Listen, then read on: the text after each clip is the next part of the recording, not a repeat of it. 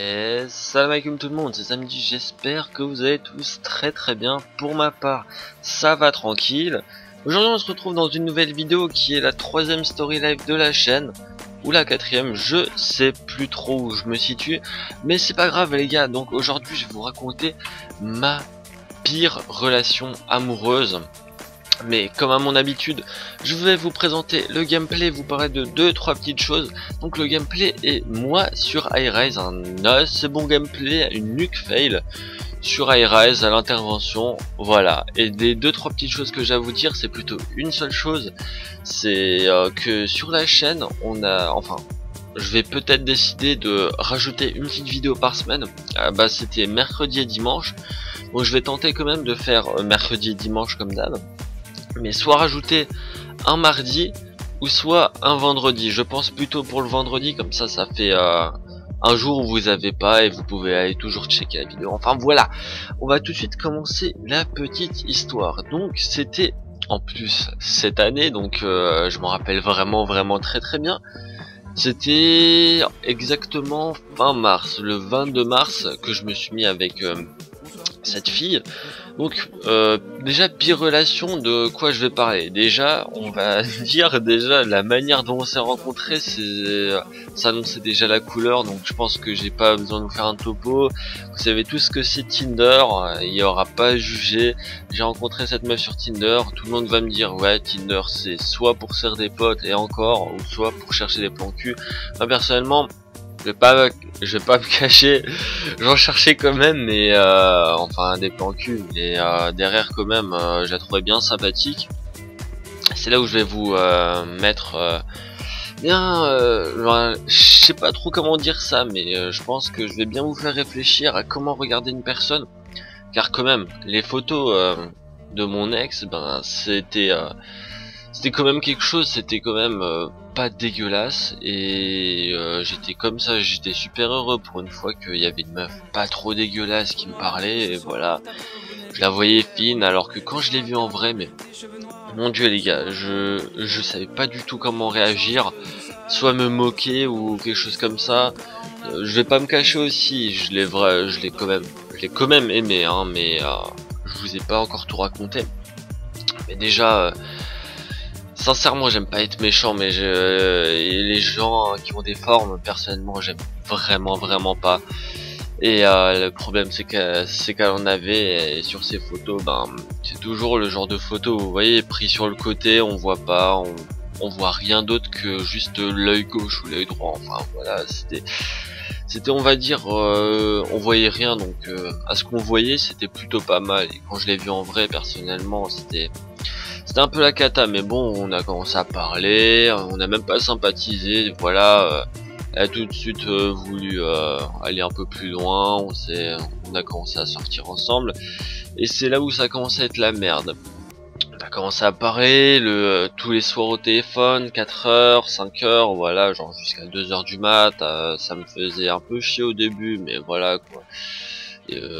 On doit toujours commencer par là dans un couple, rester quand même pas mal de temps au téléphone. Et c'est déjà ça qui m'a plus donné envie de sortir avec elle, c'est qu'elle voulait que me parler. J'avais pas de vie derrière, enfin si j'en ai une, mais elle me laissait pas la vivre. Et c'est ça ce qui était bien dommage, alors que c'est une fille vachement sympa. Parce que je vais pas dire que c'était une pute, non, je suis pas comme les 3/4 des gars qui à chaque fois qui va quitter une meuf, la traiter de pute. Non, moi je respecte personnellement, hein.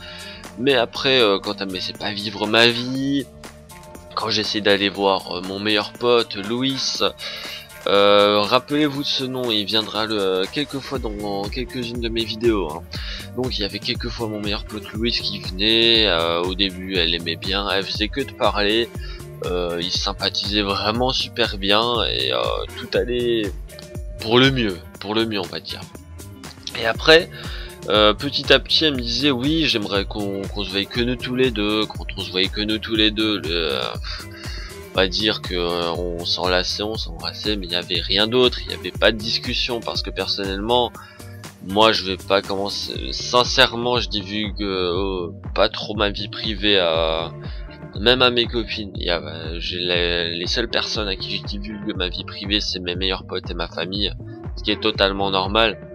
Bon, je disais quand même quelquefois des choses, hein, ça n'empêchait pas quand même d'ouvrir la bouche, mais personnellement, elle disait jamais rien, et ça m'énervait un tout petit peu, hein, même pas beaucoup, juste un tout petit peu, parce que ça c'est chacun a sa manière de vivre, hein, timide ou pas, ou réservé. Personnellement, je juge pas.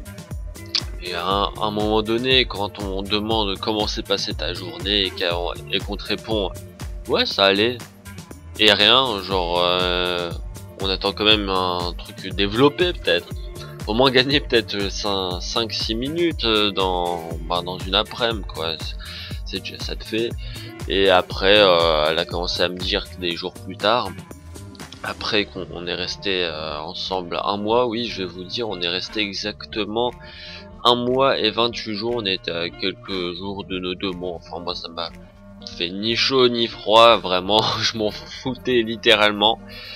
Et à la fin elle me disait oui je sens que notre couple il part un peu en couille, et je lui disais pourquoi, donc et après elle a commencé à me dire oui mais tu préfères voir tes potes que à toi, et là sincèrement quand on me dit ça, que je préfère mes potes à d'autres gens, c'est comme nos parents ils nous disent oui tu traînes que avec tes potes, pour ceux qui sortent comme moi, hein, pour ceux qui sortent vraiment beaucoup.